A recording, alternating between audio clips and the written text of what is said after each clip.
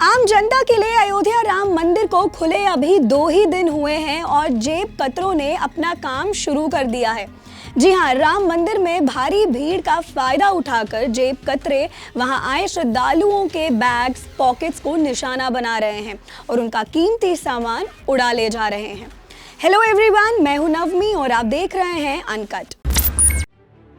22 जनवरी की प्राण प्रतिष्ठा समारोह के बाद 23 जनवरी के दिन अयोध्या राम मंदिर को जनता के लिए खोल दिया गया और पहले ही दिन 2 से 3 लाख लोग इस भव्य मंदिर के दर्शन के लिए अयोध्या पहुंच गए। और जब मंदिर के गेट पर भीड़ उमड़ी तो कई जेब कतरों ने इस मौके का फायदा उठा लिया। दर्शन के लिए मंदिर के पट सुबह 7 बजे खुलते हैं, लेकिन भक्तों की कतार देर रात से ही लग जाती है।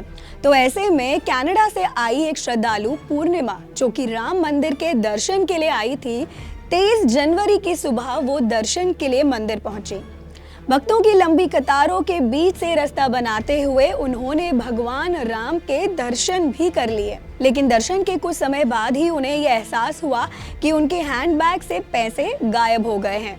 और जब उनके बैग को अच्छे से चेक किया गया तो देखा गया कि बैग पर ब्लेड से कटे होने के निशान मिले और कैश के साथ साथ कुछ और सामान भी गायब था। और पूर्णिमा से जब बात की गई तो उन्होंने कहा कि भीड़ को देखते हुए उन्होंने अपने बैग को बहुत ही मजबूती से पकड़ रखा था, लेकिन फिर भी जेब कतरे ने कितनी सफाई से अपना काम किया है। आपको बता दूं, सिर्फ पूर्णिमा के साथ ही नहीं, अहमदाबाद से आई उनकी दोस्त प्राप्ति भी अयोध्या राम मंदिर में उनके साथ थी और उनके स्लिंग बैग की जिप खोलकर उनका Aadhaar card, ATM card, driving licence और अन्य कई चीजें कब चोरी की गई उन्हें पता ही नहीं चला।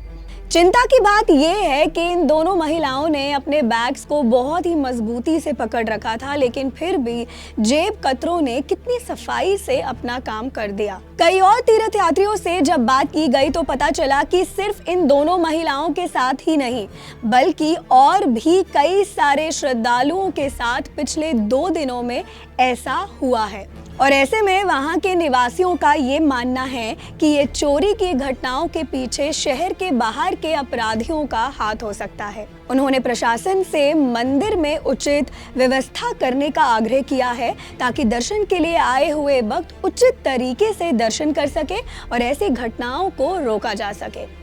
राम मंदिर के पास के एक साइबर कैफे के मालिक ने ये भी बताया कि पिछले 2 दिनों में तकरीबन 20 लोग चोरी की शिकायत दर्ज करने के लिए उनके साइबर कैफे पर आए हैं। उन्होंने ये भी बताया कि चोरी किए गए सामान में ज्यादातर कैश, वॉलेट्स और मोबाइल फोन्स शामिल है।